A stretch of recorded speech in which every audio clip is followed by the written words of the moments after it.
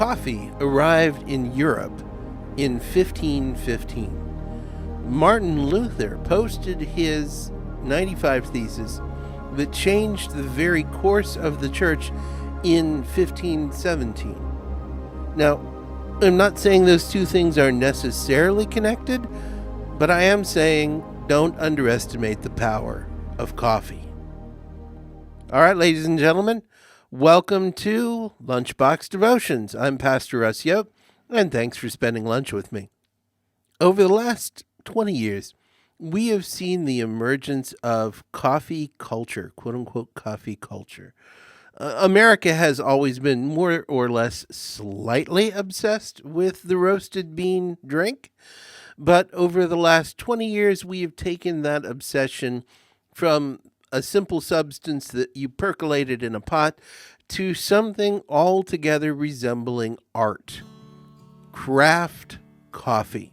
Now, I'm the first person to say I am a craft coffee aficionado. I am, in fact, one of those people who likes their coffee done in the super modern pour-over way. If you have been following me on Facebook, you know that we are getting a new coffee house here in Shelby, and I am more than disproportionately excited about them opening. But the whole of the craft movement here in the United States has taken off in every conceivable direction in the last several years. It's not just coffee, it's beer, it's food, it's furniture, it's artwork, it's clothing, it's beard fashion, which I find a really slightly hilarious thing. As a man who's been wearing a beard for something in the vicinity of 30 years, the fact that it is suddenly hip and cool makes me wonder how long that's going to last.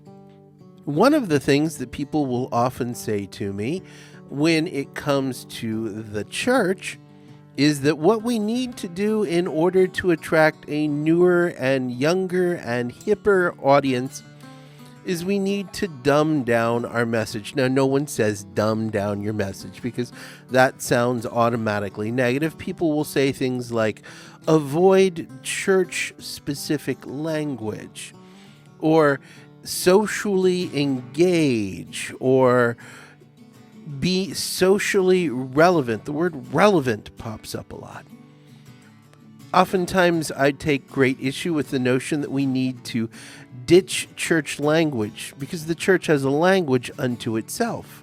And obviously, I'm not talking about Latin. We ditched that one 500 years ago, more or less. I mean the language that is specific to the church.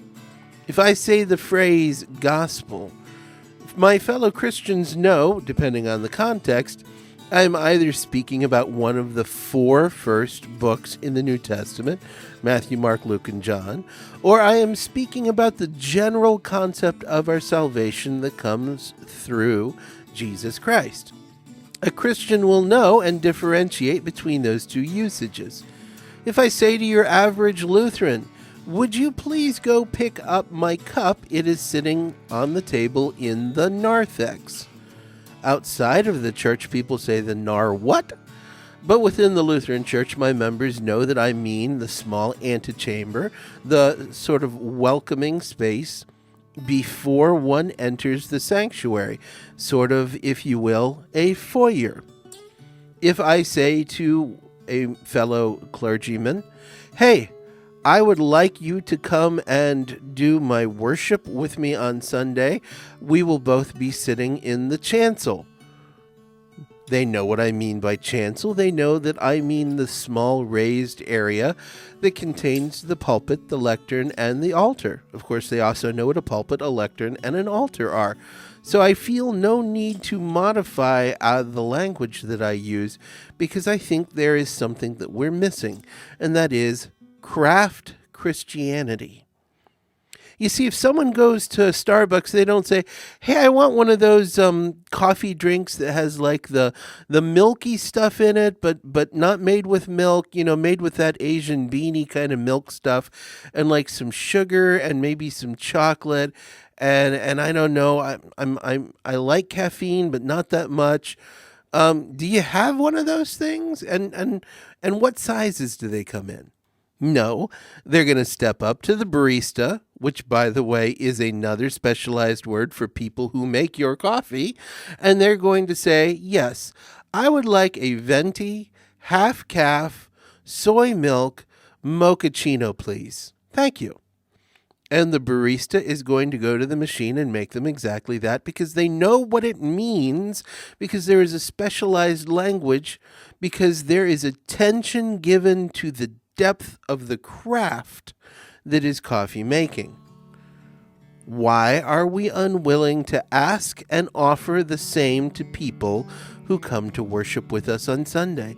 In fact, we ought to be even leaning harder into craft Christianity. Our people should know what we mean when we use words like spiritual disciplines, adiaphora, theology, Christology, ecclesiology, pneumatology. We have a lot of really good ologies in the church, by the way. And our people ought to be conversant in theology, because the craft movement has taught us this important thing, that if a thing is worthy of doing, it is worthy of doing to the best of your ability.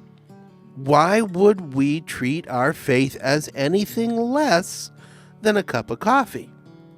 If we are willing to watch YouTube videos to determine exactly how many seconds is the perfect number of seconds to allow a coffee grain to bloom before adding the remainder of the hot water to the cup in the pour-over method of making coffee, and trust me, there are videos that do exactly that, why are we not willing to spend the same amount of time on our faith? If 2,000 years ago St. Paul was saying that our faith has to be a practice that we discipline ourselves to do in order that we might pursue excellence, why is our faith more often than not an afterthought, a light hobby that we engage in when other things aren't requiring our time? Why isn't it the central focus of our identity, our purpose, and our day-to-day existence? Why are things like biblical study and prayer so foreign to us who have been saved by the grace of Jesus Christ, when in fact we ought to be pursuing craft Christianity? Because if a thing is worth doing, it's worth doing to the best of our excellence.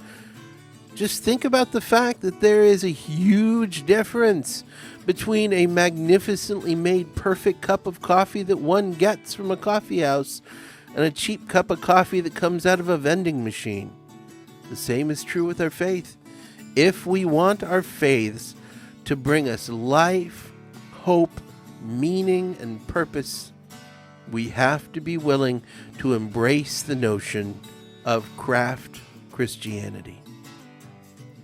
Ladies and gentlemen, thank you for spending lunch with me. I've been Pastor Russ Yoke.